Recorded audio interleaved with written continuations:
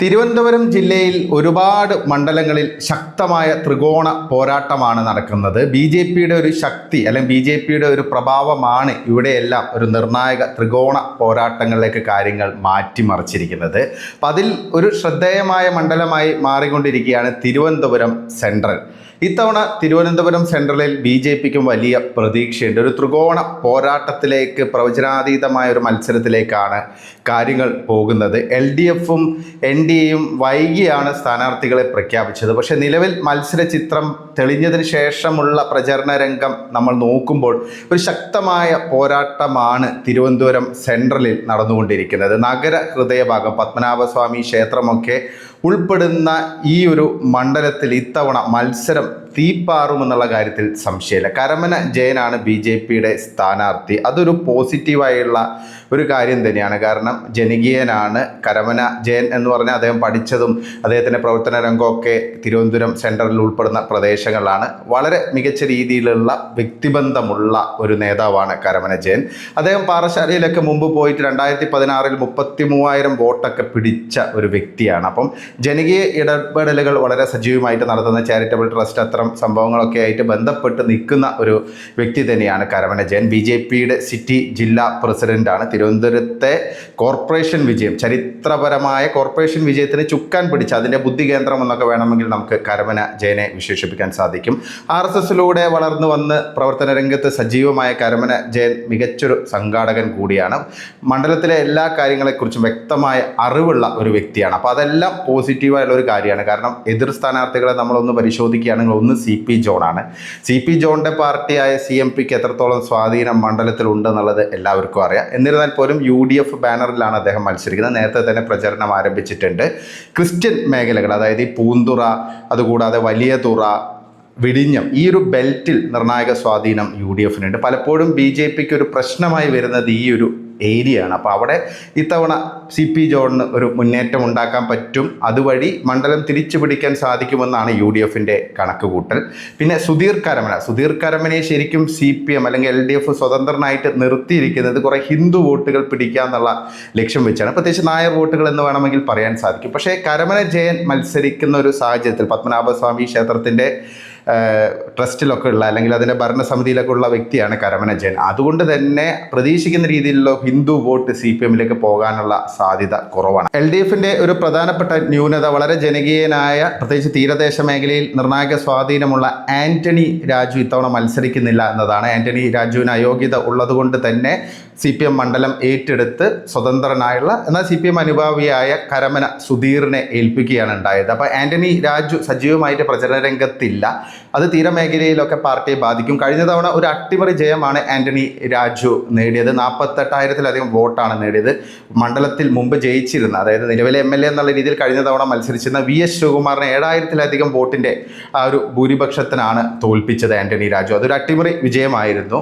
അതിന് മുമ്പാണെങ്കിൽ ആന്റണി രാജുവിനെയാണ് VS ശിവകുമാർ തോൽപ്പിച്ചത്. 2016 VS Shivakumar 46,000-ലധികം vote നേടി. ആന്റണി രാജുവിന് 35,000-ൽ ചില്ലാൻ വോട്ടാണ് ലഭിച്ചത്. തൊട്ട് പിന്നിൽ BJP ഉണ്ടായിരുന്നു. ശ്രീശാന്തിന് 34,000-ലധികം വോട്ടുകൾ ലഭിച്ചിരുന്നു. അതുകൊണ്ട് തന്നെ ഇത്തവണ CPMനും LDFനും അതൊരു ന്യൂനത തന്നെയാണ്. കാരണം ജനകീയനായ മണ്ഡലത്തിൽ, പ്രത്യേകിച്ച് ഈ ഒരു സോ കോൾഡ് സെക്യുലർ വോട്ട് എന്നൊക്കെ പറയുന്ന ആ വോട്ട് നേടാൻ കപ്പാസിറ്റി ഉള്ള ഒരു സ്ഥാനാർത്ഥിയാണോ കരമന സുധീർ എന്നതാണ് ഒരു പ്രധാനപ്പെട്ട ചോദ്യം. നിലവിലെ സാഹചര്യത്തിൽ മത്സരം CP ജോണും കരമന ജയനും തമ്മിലാണെന്ന് പറയേണ്ടി വരും. എന്നാൽ കരമന സുധീർ തൊട്ട് പിന്നിലുണ്ട്. ഒരു ത്രികോണ പോരാട്ടം തന്നെയാണ്. പക്ഷേ നിലവിൽ BJPക്ക് നല്ലൊരു വെല്ലുവിളി UDFന് ഉയർത്താൻ സാധിക്കുമെന്ന് തന്നെയാണ് പ്രതീക്ഷിക്കുന്നത്. അതിന് പല കാരണങ്ങളുണ്ട്. കാരണം കഴിഞ്ഞ തദ്ദേശ തെരഞ്ഞെടുപ്പിൽ തിരുവനന്തപുരം സെൻട്രൽ മണ്ഡലത്തിൽ BJPക്ക് ഭൂരിപക്ഷം നേടാൻ സാധിച്ചില്ലെങ്കിൽ പോലും പത്മനാഭസ്വാമി ക്ഷേത്രത്തിന് ചുറ്റുമുള്ള ഒരു 8-9 വാർഡുകളിൽ വലിയ വിജയമാണ് BJP നേടിയിരിക്കുന്നത്. തിരുവനന്തപുരം നഗര ഹൃദയം എന്ന് പറയുന്ന പ്രദേശങ്ങളിലൊക്കെ നിർണായക സ്വാധീനം BJPക്ക് ഉണ്ട്. എന്നാൽ തീരദേശ മേഖലയിൽ പരമ്പരാഗതമായി BJPക്ക് വലിയ സ്വാധീനമില്ല. കാരണം ഈ വലിയ തുറ, പൂന്തുറ, വിഴിഞ്ഞം, ഈ ബെൽറ്റ് ഒരു ക്രിസ്ത്യൻ, ലത്തീൻ കത്തോലിക്ക പോപ്പുലേഷൻ വളരെ നിർണായകമായിട്ടുള്ള സ്ഥലമാണ്. അതുകൂടാതെ വള്ളക്കടവ് ഉൾപ്പെടെയുള്ള മുസ്ലിം ബെൽറ്റും ഇതിനിടയിലുണ്ട്. പക്ഷേ അങ്ങനെയാണെങ്കിൽ പോലും ഈ തീരമേഖലയിൽ കഴിഞ്ഞ തദ്ദേശ തെരഞ്ഞെടുപ്പിലൊക്കെ BJPക്ക് അത്യാവശ്യം വോട്ട് പിടിക്കാൻ സാധിച്ചിട്ടുണ്ട്. പഴയ പോലെയല്ല, എല്ലായിടത്തും അവർക്ക് സ്ഥാനാർത്ഥികൾ ഉണ്ടായിരുന്നു. ഒരുപാട് ക്രിസ്ത്യൻ സ്ഥാനാർത്ഥികളെയൊക്കെ രംഗത്തിറക്കിയിരുന്നു. പലരും ഒരു 200-300 വോട്ടൊക്കെ ഓരോ വാർഡിലും നേടിയിട്ടുണ്ട്. അതിൽ കൂടുതൽ നേടിയ ചില സംഭവങ്ങൾ കൂടിയുണ്ട്. പ്രത്യേകിച്ച് വിഴിഞ്ഞം ഉപതെരഞ്ഞെടുപ്പിലെ BJPയുടെ ഒരു മുന്നേറ്റം അത് സൂചിപ്പിക്കുന്നത് BJPക്ക് തീരമേഖലയിൽ നല്ല സ്വാധീനമുണ്ട് എന്ന് തന്നെയാണ്. പഴയ BJP അല്ല ഇപ്പോൾ. പ്രത്യേകിച്ച് രാജീവ് ചന്ദ്രശേഖർ കഴിഞ്ഞ ലോക്സഭാ തെരഞ്ഞെടുപ്പിൽ മത്സരിച്ചപ്പോൾ തീരമേഖലയിൽ വലിയൊരു സ്വാധീനമുണ്ടാക്കാൻ BJPക്ക് സാധിച്ചിരുന്നു. ശശി തരൂർ കഷ്ടിച്ചാണ് ജയിച്ചത്. തിരുവനന്തപുരം സെൻട്രലിലാണെങ്കിൽ 4000 വോട്ടിൻ്റെ 4000-ലധികം വരുന്നൊരു വോട്ടിൻ്റെ ഭൂരിപക്ഷത്തിനാണ് ശശി തരൂർ ലീഡ് നേടിയത്. രാജീവ് ചന്ദ്രശേഖറിന് ഏതാണ്ട് 43,000-ലധികം വോട്ട് നേടാൻ ഈ തിരുവനന്തപുരം സെൻട്രലിൽ കഴിഞ്ഞ ലോക്സഭാ തെരഞ്ഞെടുപ്പിൽ സാധിച്ചിരുന്നു. അപ്പോൾ BJPക്ക് കഴിഞ്ഞ 2 തെരഞ്ഞെടുപ്പുകളിലും 35,000-അടുത്ത് വോട്ടാണ് ലഭിച്ചത്. 2016 ശ്രീശാന്ത്, സെലിബ്രിറ്റി സ്ഥാനാർത്ഥിയായ ശ്രീശാന്ത് നിന്നപ്പോൾ 34,000 ചില്ലാൻ വോട്ടുകളാണ് ലഭിച്ചത്. അതിനുശേഷം 2021 G. കൃഷ്ണകുമാർ, നടൻ കൃഷ്ണകുമാർ മത്സരിച്ചപ്പോഴും ഏതാണ്ട് 35,000-ന് തൊട്ടടുത്തുള്ള ഒരു വോട്ടാണ് BJPക്ക് ലഭിച്ചത്. അപ്പോൾ നിലവിലെ സാഹചര്യത്തിൽ ഒരു 10,000 വോട്ടിൽ കൂടുതൽ BJPക്ക് പിടിക്കാൻ സാധിക്കുകയാണെങ്കിൽ, കരമന ജയന് പിടിക്കാൻ സാധിക്കുകയാണെങ്കിൽ ചിലപ്പോൾ ഒരു അട്ടിമറി വിജയം നേടാൻ പാർട്ടിക്ക് സാധിക്കും. സുധീർ കരമന എന്ന് പറഞ്ഞു കഴിഞ്ഞാൽ അദ്ദേഹം പണ്ട് SFIയിലൊക്കെ പ്രവർത്തിച്ചിട്ടുണ്ട്, നടനാണ്. പക്ഷെ അങ്ങനെയാണെങ്കിൽ അദ്ദേഹം ഒരു മുഴുവൻ സമയ പൊളിറ്റീഷ്യൻ അല്ല, പുതുതായിട്ട് ഈ ഒരു സജീവ രാഷ്ട്രീയത്തിലേക്ക് രംഗത്ത് വന്നതാണ്. അപ്പോൾ അദ്ദേഹത്തിന് എത്രത്തോളം ഇൻഫ്ലുവൻസ് പ്രതീക്ഷിക്കുന്ന മേഖലയിൽ ഉണ്ടാക്കാൻ പറ്റുമോ എന്നുള്ളതാണ് ഒരു ചോദ്യമായിട്ട് നിൽക്കുന്നത്. CP ജോണിനെ സംബന്ധിച്ച് CP ജോണിന് മണ്ഡലത്തിൽ വലിയ സ്വീകാര്യതയൊന്നും ഇല്ല. കാരണം ഒരു എലൈറ്റ് ക്ലാസിൻ്റെ ഇടയിലൊക്കെ CP ജോൺ ഫെമിലർ ആയിരിക്കും. കാരണം എല്ലാവർക്കും അറിയാം, ചാനൽ ചർച്ചകളിലൊക്കെ വളരെ സജീവമാണ്. അതുമാത്രമല്ല അദ്ദേഹത്തിൻ്റെ പ്രൊഫൈലും ഒക്കെ അറിയാം. പക്ഷെ അങ്ങനെയാണെങ്കിലും സാധാരണക്കാർക്കിടയിൽ എത്രത്തോളം ഒരു സ്വാധീനം ഉണ്ടാക്കാൻ CP ജോണിന് സാധിക്കും എന്നുള്ളതാണ്. പുറത്തു നിന്നുള്ളൊരു സ്ഥാനാർത്ഥി തന്നെയാണ് അദ്ദേഹം. പക്ഷേ അങ്ങനെയാണെങ്കിലും ലത്തീൻ കത്തോലിക്ക ബെൽറ്റിലൊക്കെ UDFൻ്റെ സംവിധാനമൊക്കെ വളരെ സ്ട്രോങ് ആണ്. അവർക്ക് നിർണായക സ്വാധീനമുണ്ട്. അപ്പോൾ ആ വോട്ടുകളും അതിനൊപ്പം ഒരു ഭാഗം ഹിന്ദു വോട്ടുകൾ അല്ലെങ്കിൽ നിഷ്പക്ഷമായുള്ള നഗര വോട്ടുകളൊക്കെ പിടിക്കുക എന്നുള്ളതായിരിക്കും UDFൻ്റെ ഒരു ടാക്ടിക്സ്. അപ്പോൾ ഇതാണ് തിരുവനന്തപുരം സെൻട്രലിലെ ഒരു സാഹചര്യം, ഒരു യഥാർത്ഥ പിക്ചർ എന്നുള്ളത്.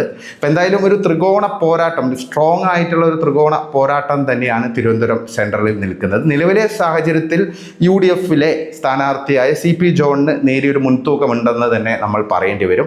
അങ്ങനെയാണെങ്കിൽ തൊട്ടു പിന്നിൽ തന്നെ കരമന ജയനുണ്ട്. ഇപ്പം ഇനിയുള്ള ഒരാഴ്ചക്കാല ഇളവിലെ പ്രചരണം എങ്ങനെ വരുന്നോ അതിനെയൊക്കെ ആശ്രയിച്ചിരിക്കും മത്സരത്തിലെ അന്തിമ ഫലം. എന്തായാലും വാശിയേറിയ പ്രവചനാതീതമായ ഒരു പോരാട്ടം തന്നെയാണ് തിരുവനന്തപുരം സെൻട്രലിൽ നടക്കാൻ പോകുന്നത്.